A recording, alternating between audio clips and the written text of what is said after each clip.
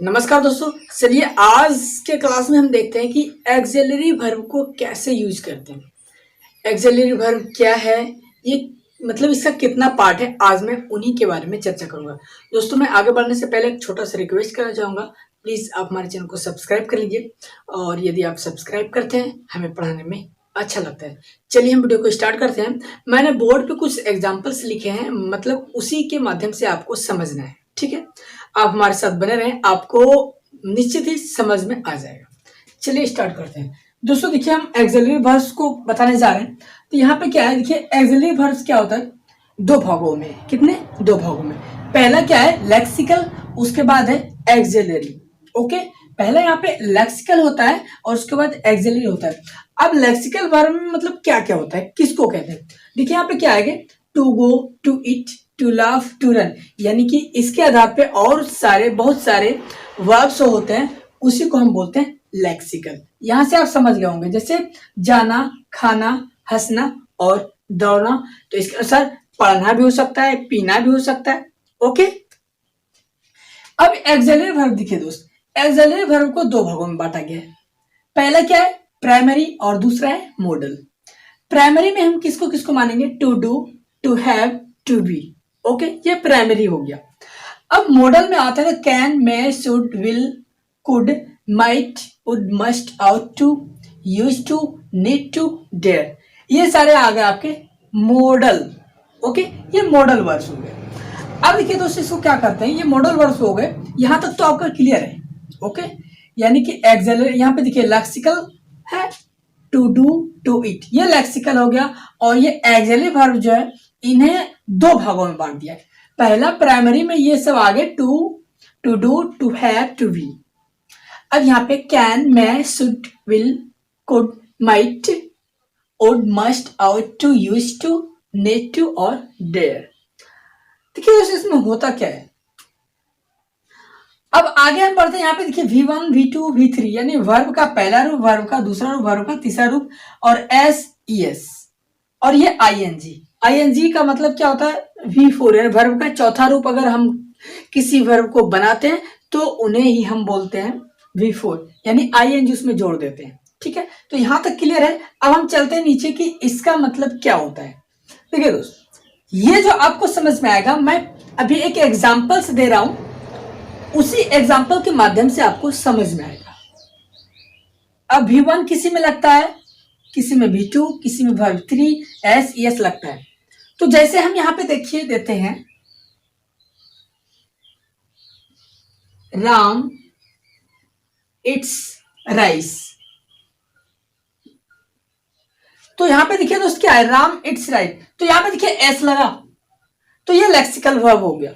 ठीक है, ये यानी कि इसमें अगर लगता है, यहां पे देखिए हम देखें lexical, to go, to eat, to love, to run.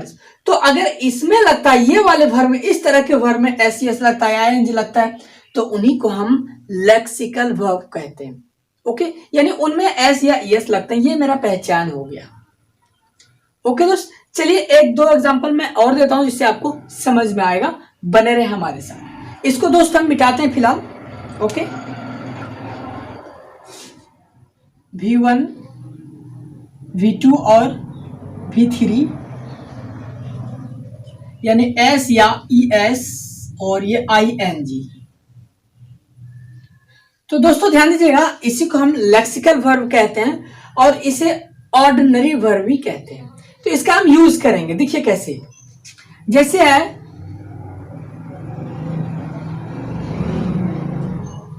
Ram is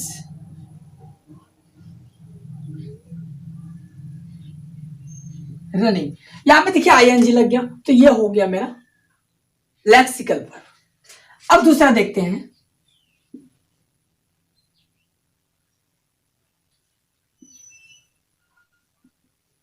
eaten. यहां पे देखिए यह वर्ब का तीसरा रूप लग गया, ये तीसरा रूप है, यहां पे EL लग गया। तो हम सबको इसी पे ध्यान देना है, ING, EL लग जाता है, कहीं पे S लग जाता है। ओके दोस्त, चलिए हम जो है कि अब कुछ दूसरा एग्जांपल देते हैं। मेरे ख्याल से यहां तक आपका क्लियर हो गया। ठीक है, तो इसी को हम बोलते हैं लेक्सिकल वर्ब, जिसे हम ऑर्डिनरी वर्ब भी कहते हैं। चलिए आगे चलते हैं। ओके दोस्त, आपने यहाँ पे देखा ये एक्सिलरी वर्ब। चलिए अब दूसरा एग्जांपल देते हैं, जैसे कि she is running. She is running.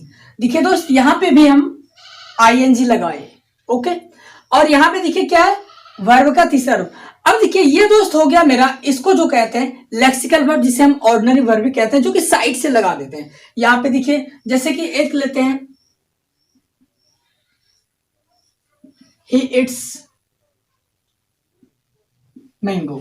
यहां पे एस लग गया, कहीं पे एस लग जाएगा, तो ये हो गया मेरा लेक्सिकल वर्ब।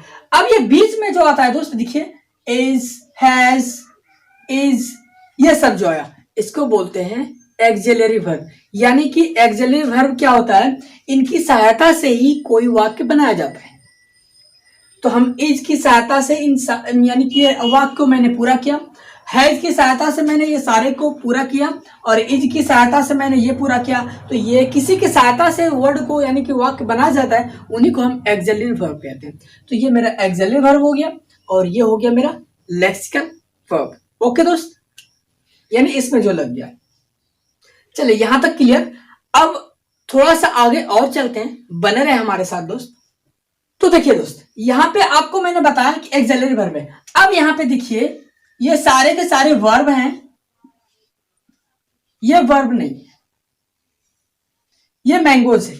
मैंगो यानी कि ये नाउन है। ओके दोस्त, अब देखिए अगर यहाँ पे नाउन रहे और यहाँ पे एक्सिलरी वर्ब रहे, तो उस समय मेरा ये मैन, अभी यहाँ पे मैन वर्ब मेरा ये है। ओके, मैन वर्ब ये है, जिसको हम लेक्सिकल वर्ब बोलते हैं, यानी कि आईएनजी सहायता से। ये तो आप समझ लिए कि ईएन लग गया, आईएनजी ला ये लग गया। अब हमको ये जानना है कि अगर यहाँ पे नाउन रहे, ये रनिंग है, ये वर्ब है, यानी नाउन रहे, जैसे होता है आई एम ए स्टूडेंट।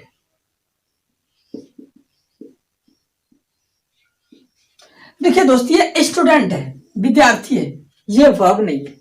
जब वर्ब नहीं है तो उस कंडीशन में ये हो गया मेरा मेन वर्ब। मेन वर्ब किसको मानेंगे, इसको मानेंगे। ओके, अब जैसे है यू आर अ पोएट, कवि, ये भी वर्ब नहीं है, कवि है, नाउन आ गया। तो यहाँ पे यू आर पोएट, ये मेन वर्ब मेरा ये हो गया। अगर यहाँ पे वर्ब है तो ये एक्सिलरी वर्ब हो गया, और नाउन है तो ये मेन वर्ब हो गया। यहां तक क्लियर दोस्त। अगर यहाँ पे वर्ब है तो ये मेरा क्या हो गया, एक्सिलरी वर्ब हो गया, यानी हेल्पिंग वर्ब हो गया। यहाँ पे देखिए, यहाँ पे सहायक क्रिया है मेरा, ये सहायक क्रिया इसी को बोलते हैं। यहाँ पे वर्ब है तो ये मेरा हेल्पिंग वर्ब हो गया, और यहाँ पे देखिए यहाँ नाउन है, यहाँ वर्ब नहीं है, तो ये मेरा मेन वर्ब हो गया। ओके दोस्त, मेरे ख्याल से आपको समझ में आ गया, और मिलते हैं अगले वीडियो में। और यदि आप पढ़ना चाहते हैं, आपको अच्छा लगता है, तो प्लीज आप सब्सक्राइब कर लीजिए। सब्सक्राइब करते रहें, हमें पढ़ाने में बहुत ही अच्छा लगता है। मिलते हैं किसी अगले वीडियो में। थैंक यू दोस्त।